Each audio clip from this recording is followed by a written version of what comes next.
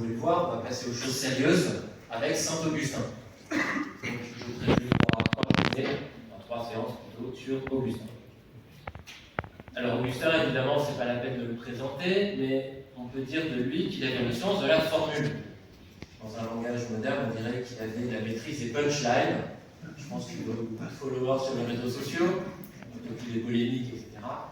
Il y a notamment dans ses homélies beaucoup de formules qui sont finalement des petits slogans qu'on peut retenir et qui peuvent même servir de phrases à mettre dans les papiers. Alors aujourd'hui, je vous en propose 3.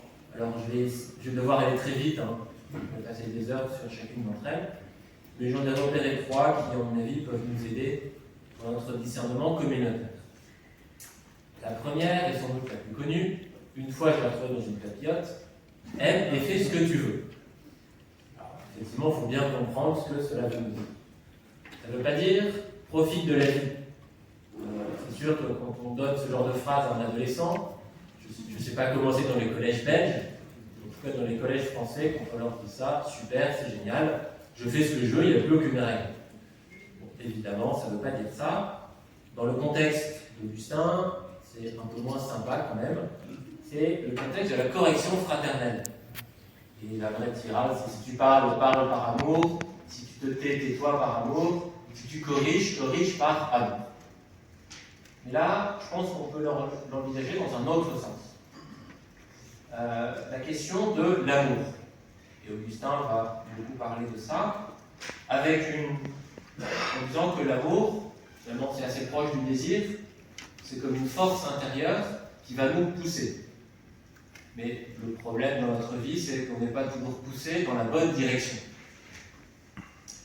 Et Augustin a une comparaison. Alors ça, dans les collèges, je crois que c'est au programme de lycée, en seconde, en troisième, je ne sais plus. Chaque objet a un poids, et le poids, ça l'attire naturellement vers le bas. Si je prends mon stylo et que je laisse tomber, si je le laisse, il va tomber. Parce qu'une force liée à la gravité de la Terre va l'attirer vers le bas. Et Augustin reprend ça dans une formule des confessions où il dit « Mon poids, c'est mon amour ». Et bien naturellement, je suis orienté dans telle ou telle direction. Alors évidemment, c'est mieux d'être orienté vers Dieu que d'être orienté vers tout ce qui s'éloigne de Dieu, vers le péché, vers le mal, etc. Et en fait, derrière, et je crois que c'est là où c'est intéressant pour nous, c'est la question du désir. Alors Jean-Paul en a déjà parlé, ça me permettra d'aller un peu plus vite. La question qu'on peut se poser, c'est quel désir nous anime ? Vous avez reconnu un moteur, c'est un moteur électrique, parce que comme on va parler de Laudato Si aujourd'hui, pour Augustin, le désir c'est comme un moteur. C'est quelque chose qui va nous mettre en marche, qui va nous pousser à faire quelque chose. Et Augustin insiste tellement sur le désir, et je pense qu'il a raison. Il y a pas mal de textes où en fait il explique que agir sous la contrainte, ça ne fonctionne pas. Ça peut fonctionner dans la durée, quand il y a une espèce de pression sociale, mais même à long terme, ça ne peut pas fonctionner. Et pour faire quelque chose, on a besoin d'avoir le désir de le faire. On a besoin d'aimer et de vouloir ce que l'on va faire. Et justement, dans sa conversion, c'était son gros problème. Il voulait devenir chrétien, mais pas tant que ça, il ne savait pas trop. Sa volonté était divisée, son désir n'arrivait pas à l'orienter dans la bonne direction. Et je crois que pour nous, on peut en retirer au moins 3 choses. La première, c'est que pour nous mettre en mouvement, il faut un élan intérieur. Je ne sais pas si comme moi, vous avez été assez marqué hier, quand on a parlé des pèlerinages, par la passion qui s'exprimait. Notamment le témoignage d'Edith et de Jean-Nicolas, on sentait des gens passionnés. Et là, je crois qu'il y a un élan intérieur qui met en mouvement pour aller à Lourdes tous les ans, au moins quand on peut. Bon, Vincent aussi était passionné, évidemment. Ensuite, l'idéal, c'est que, comme on est ensemble, moi j'ai un désir, Engo a un désir, Vin a un désir, etc. Chacun a son désir. Ce qu'on cherche dans le chapitre, c'est d'ajuster notre désir à celui de Dieu. Parce que si on dit chacun a son désir, chacun fait ce qu'il veut, on comprend que ça ne peut pas fonctionner. Et donc l'exercice de discernement communautaire qu'on fait ensemble, c'est d'essayer de comprendre quel est le désir de Dieu et d'essayer d'ajuster notre désir à celui de Dieu. Je dis essayer parce qu'évidemment, parfois c'est compliqué. Donc voilà ce que je voulais vous dire par rapport à cette phrase « et l'effet structure ». Il y en a une autre qui est sans doute très connue de Saint Augustin. La référence est Confession 1.1.1. « Tu nous as fait pour toi, et notre cœur est sans repos, tant qu'il ne demeure en toi. » Alors là, Augustin nous rappelle la vocation humaine. Notre vocation est d'être orienté vers Dieu. Notre frère Boulvel Madec, qui était un grand augustinien, qui est maintenant décédé depuis un certain nombre d'années, certains l'ont connu, quand il traduisait, disait « Notre cœur est déséquilibré tant qu'il ne demeure en toi. » Notre vocation, c'est donc d'être tourné vers Dieu. Mais parfois, ça ne fonctionne pas. Et voilà, c'est pour ça que j'ai mis l'exemple de cette boussole. J'aime beaucoup l'Égypte, ça m'amuse beaucoup. Normalement, une boussole est une aiguille orientée vers le nord magnétique. Mais il suffit qu'on approche un objet qui était magnétisé, notamment un aimant, à la boussole, l'aiguille ne va pas trop savoir ce qu'elle va faire, donc elle va être déséquilibrée, elle va être désorientée. Parfois c'est réorientant vers le nord, des fois c'est réorientant vers ce qui vient la perturber. Mais parfois notre vie est un peu comme ça. Et on peut ressentir une agitation intérieure, comme Augustin dans son itinéraire. Dans les Confessions, il raconte son itinéraire de vie, et à chaque fois, il nous raconte en gros qu'il était dans la bonne direction, mais qu'il était toujours anxieux, qu'il était toujours angoissé. Et finalement, il explique que c'était un bon signe, parce que c'est ce qui lui permettait de voir qu'il n'était pas encore dans la bonne direction. Alors là, je vais peut-être vous décevoir, mais Augustin nous dit que dans notre vie sur Terre, on ne sera jamais totalement au point d'équilibre. On sera toujours un peu désorienté, toujours un peu insatisfait, toujours un peu angoissé. Et justement, c'est le signe, c'est un critère qui nous dit est-ce qu'on est ou pas dans la bonne direction. Et le fait d'être insatisfait, ça nous pousse à aller toujours plus loin. Peut-être que le risque, c'est d'être trop satisfait de nous, de se dire oh, ce qu'on fait c'est génial, on ne change rien, on continue. En général, c'est pas trop. Parfois, la tendance est plutôt à se dire avoir trop le négatif plutôt que le positif. C'est bien d'être inquiet, pas trop quand même. C'est bien de vouloir toujours aller plus loin pour trouver la bonne direction.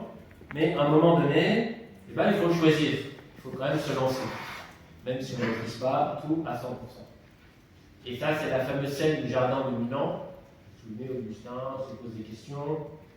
Est-ce que je me convertis, est-ce que je ne me convertis pas? Il raconte ça durant de nombreuses pages. Et à un moment donné, il entend cette voix d'enfant, prends Élie, prends Élie. Il se dit, mais a priori, il n'y a aucun chant d'enfant qui emploie ces mots-là. Donc c'est sans doute une interpellation de Dieu. Et donc il ouvre au hasard le chapitre, le livre de l'Épître aux Romains, et il tombe sur le verset le verset qu'il lui fallait pour se convertir, Romains 13. Donc Augustin n'a pas attendu que les choses soient parfaites. À un moment donné, il faut y aller. Et peut-être que la difficulté, c'est de se dire, mais à quel moment, maintenant, il faut y aller. Alors bien sûr, on est tous différents, on n'a pas les mêmes caractères. Là, justement, c'est peut-être l'effort du chapitre, de se dire collectivement, on sent que maintenant, là-dessus, il faut y aller. Et enfin, le rôle de la louange. Ça, c'est la première phrase des Confessions. Tu es grand Seigneur et digne de louange, elle est grande ta puissance, et ta sagesse est innombrable. Te louer, voilà ce que veut un homme. Alors, je n'insiste pas là-dessus, mais je crois qu'Augustin nous aide aussi à entrer dans la louange. Alors, troisième punchline, troisième phrase, une phrase que voilà, moi j'aime beaucoup, c'est celle sur le maître intérieur. Marcel Noche, notre grand augustinien de bienheureuse mémoire, avait aussi beaucoup travaillé ça. À l'extérieur, il avertit, à l'intérieur, il enseigne. Voilà, les latinistes sont déjà en train de traduire. Ça, en fait, ça explique le rythme des confessions, et ce qui rend l'ouvrage parfois un peu compliqué. Dans les confessions, Augustin raconte un événement. Grand événement, petit événement. Nous, on semble qu'il est important ou pas. Et ensuite, il va le relire. Le relire dans son cœur, devant Dieu, en le mettant en parallèle avec des versets bibliques. Ça, c'est vraiment la manière dont Augustin raconte sa vie, ou l'action de Dieu dans sa vie, dans les confessions. Et ces événements, voilà, justement, là on entre dans les signes des temps. Ça peut être une parole, ça peut être une situation, ça peut être une rencontre, ça peut être une pensée. Et parfois, il y a certains événements qui nous paraissent un peu étranges. Il y en a une que j'aime beaucoup. Augustin, il est tourmenté, il se pose des questions, il rencontre un ivrogne qui est heureux. Évidemment, il a bu un peu de vin, il a dû entendre une homélie où on disait qu'il fallait boire un peu, donc l'ivrogne est heureux. Augustin se dit, mais c'est pas possible, lui il est sans abri, il boit, etc., et il est heureux. Et moi j'ai tout ce qu'il faut pour être une bonne situation, etc., et je suis malheureux. Je suis malheureux parce que je suis angoissé. Donc, il y a quelque chose qui va pas. Alors évidemment, on ne va pas trouver des signes de Dieu partout. Mais je pense que l'exemple est intéressant, parce que Dieu peut nous parler par n'importe quoi. Après, ça dépend comment est-ce que nous on le relit et on le reprend dans notre vie.